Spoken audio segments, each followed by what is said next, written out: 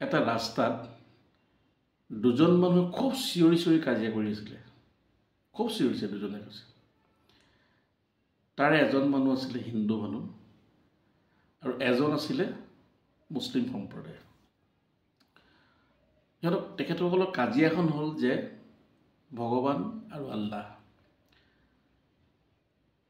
সম্প্ৰদায়ৰ মানুহজনে কৈছে যে আল্লাহৰ অবিহনে পৃথিৱীত একো নাই, আৰু হিন্দুজনে কৈছে যে ভগৱানৰ অবিহনে পৃথিৱীত একো নাই। মুছলিম মানুহজনে কৈছে যে আল্লাহে চব কুচ দিয়ে, তহঁতি আল্লাহৰ কাৰণে এই পৃথিৱীখনত আছ। আল্লাহ জন্নত যোনফালে যায় তহঁতক লৈ যাব স্বৰ্গত। আৰু হিন্দুজনে কৈছে যে তহঁতি যদি মৰও কাইলৈ আমাৰ স্বৰ্গধামী হ'বলৈ আমাৰ শ্ৰীকৃষ্ণই তহঁতক লৈ যাব। এইবাৰ তুমুল মানে এটা কাজিয়া, আৰু কাজিয়া মানে চূড়ান্ত পৰ্যায়ৰ কাজিয়া। তেতিয়া কোনো কাৰণ নহয় যে কোন ভগৱান, কোনজন মানে পৃথিৱীত জীয়াই আছে ভগৱান, কোনে কাৰ মানে তত্ত্বাংগত মানুহ জীয়াই আছে। দুজনলৈ কাজিয়া কৰি ইজনে কৈছে আল্লাহ আমাৰ, ভগৱান আমাৰ। আল্লাহৰ কাৰণে পৃথিৱীখন জীয়াই আছে, এজন কৈছে ভগৱানৰ কাৰণে পৃথিৱীখন জীয়াই আছে। এইবুলি এই কাজিয়াখন মানে চূড়ান্ত পৰ্যায়ত হৈছে। তাৰে এজন মানুহ এফালৰ পৰা আহি থাকোঁতে যে ইমান চিঞৰ বাখৰ হৈছে দুজন মানুহৰ, কি হ'ল? মানুহজনে আহিলে দুজনৰ ওচৰলৈ যে আপোনালোকে ইমান চিঞৰ বাখৰ কিয় কৰিছে?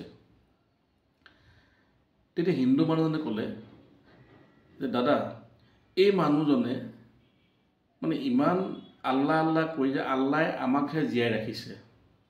তেতিয়া মুছলমান সম্প্ৰদায়ৰ মানুহজনে কৈছে ভাইজান এইটো মিছা কথা কৈছে, মই চিঞৰা নাই, এই হিন্দু মানুহজনে ভগৱান ভগৱান চিঞৰিছে। কিন্তু আমি দুজন কথা পাতি আহি আছিলোঁ।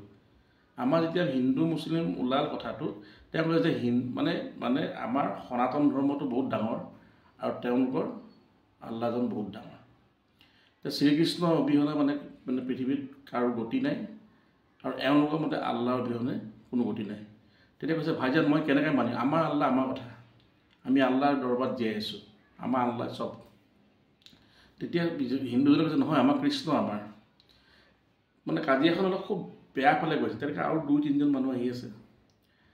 আহি থকা অৱস্থাত মানুহজনে, যিজন মানুহে মানে কথাবিলাক সুধিছিলে, তেতিয়া মানুহজনে ক'লে এটা কাম কৰক, আপোনালোকে দুজনকে মই কৈছোঁ, আপুনি আল্লাহ শপত খাওক আৰু আপুনি ভগৱানৰ শপত খাওক।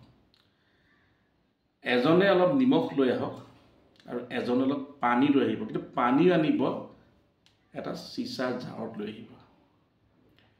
তেতিয়া মুছলমানজনে চিচাৰত মানে জাৰত পানী লৈ আহিছে আৰু হিন্দুজনে অলপ নিমখ লৈ আহিছে।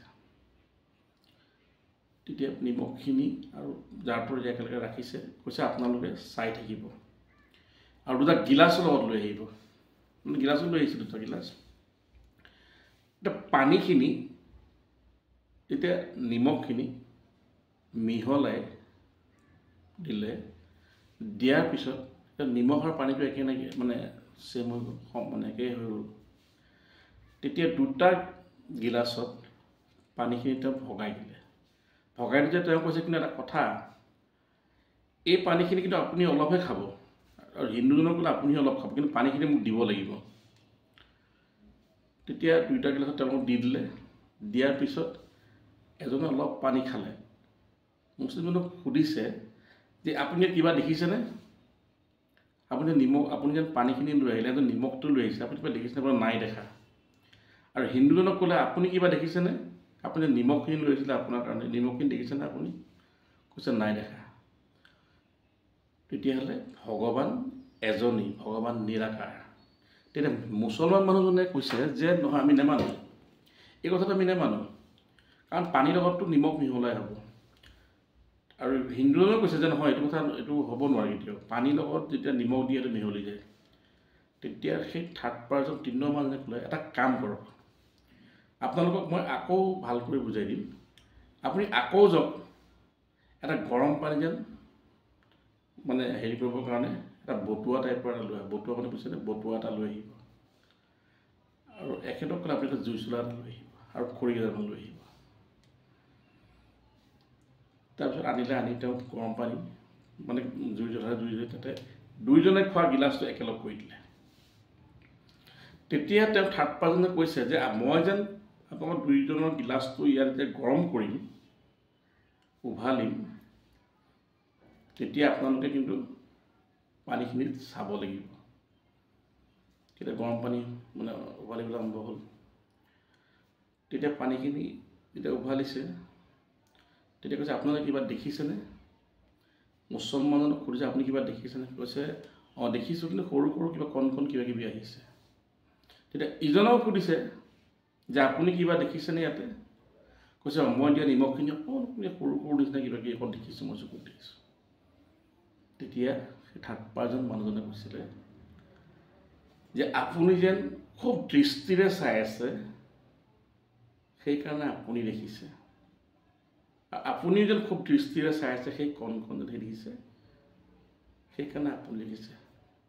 ভগৱান সদায় দূৰত থাকে। আপুনি আপোনাৰ জেগাত ভগৱানক তেনেকৈ চাব, আপুনি তেনেকৈয়ে চাব।